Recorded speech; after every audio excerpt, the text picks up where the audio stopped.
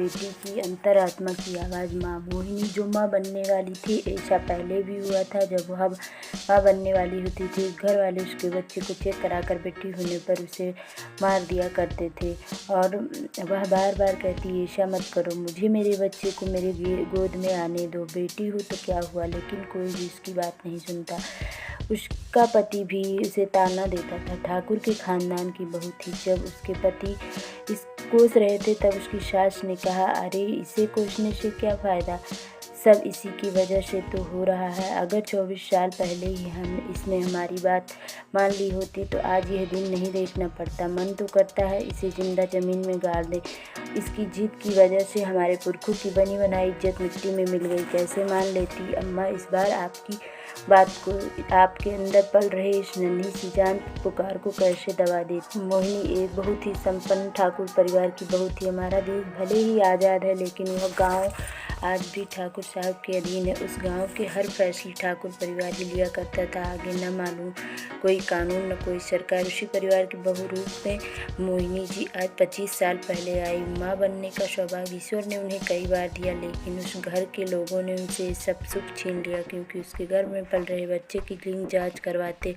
जैसे ही पता लगता गर्भ में लड़की है तुरंत ही उसे मार देते। 14 बार इस दर्द से गुजरने के बाद जब फिर उसे माँ बनने का सौभाग्य प्राप्त हुआ तो उन्होंने निश्चय कर लिया कि इस बार लिंग जांच नहीं करवाएगी, इस महापाप का भागीदार नहीं बनेगी। उसने मना कर दिया, जिसके लिए उन्हें बहुत सारी ताड़ना और तकलीफ़ों का सामना करना पड़ा। उन्होंने सब कुछ सहन लिया लेकिन इस बार गर्भपात नहीं करवाया। और एक दिन एक नन्ही गुड़िया उनके गोद में आई। अपनी नन्ही नन्ही आंखों से उनको देख रही थी, मानो कह रही थी, धन्यवाद माँ, मुझे इस दुनिया में लाने के लिए। आपसे अपना वादा पूरा किया माँ, अब मेरी बारी है, मैं भी अपना वादा पूरा करूँ। मोहिनी जी को एहसास हुआ कि बच्ची जन्म देने में जितनी प्रताड़ना तकलीफ का सामना करना पड़ा उसके लालन पालन में हुआ भी वही। उन्हें बच्ची से लेकर पढ़ाई लिखाई सारी तकलीफ़ों का सामना करना पड़ा। मोहिनी जी को एक बेटा भी हुआ लेकिन इसके बावजूद प्रताड़ना कम नहीं हुई, क्योंकि उसके घर वाले की मर्जी के खिलाफ बेटी को जन्म दिया था। लेकिन तकलीफ़ों के बावजूद बच्ची एक IPS ऑफिसर बनकर अपने माँ के सपनों को पूरा कर रही थी।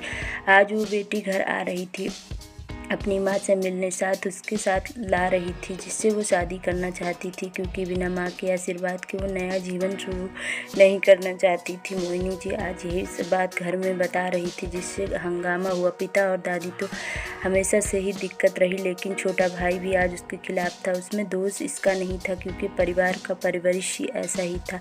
आज वो अपनी माँ को पर भी हाथ उठाने में शर्म नहीं महसूस कर रहा था। मोहिनी जी के पति रुद्र जी आज गुस्से में उन्हें मार ही डालना चाहते थे।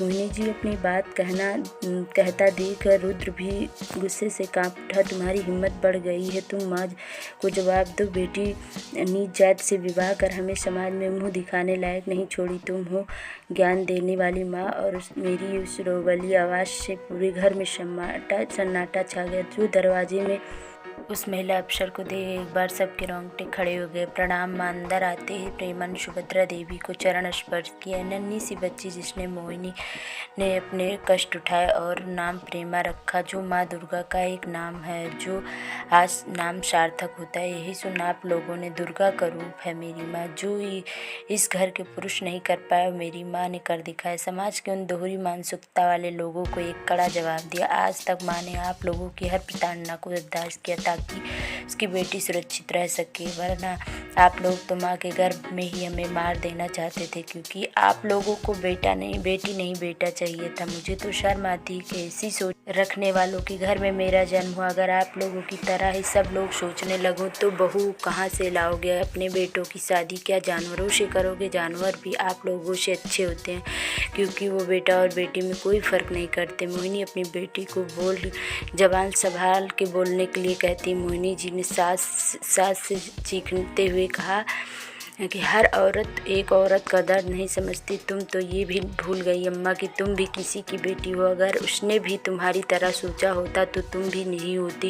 इस दुनिया में शक्ति के बिना शिव भी नहीं हो सकता, बिना राधा के श्याम नहीं हो सकते, बिना सीता के राम नहीं हो सकते हैं। एक बेटा हो कर सकता है और बेटी नहीं कर सकती। बेटियां तो संसार का सृजन कर सकती हैं, बेटा नहीं। अपने आप को मर्द कहने वाले मेरे पिताजी जब इस समाज की कुरीतियों के खिलाफ नहीं खड़े हो सके तो आप भी असली मर्द हो। इसलिए मैं अपनी माँ को माँ दुर्गा का रूप कहती हूँ। पूरी दुनिया से लड़कर मुझे जन्म दिया है, मेरी देखभाल और सुरक्षा की। आज मैं इस माँ को इस नरक से ले जाने आई।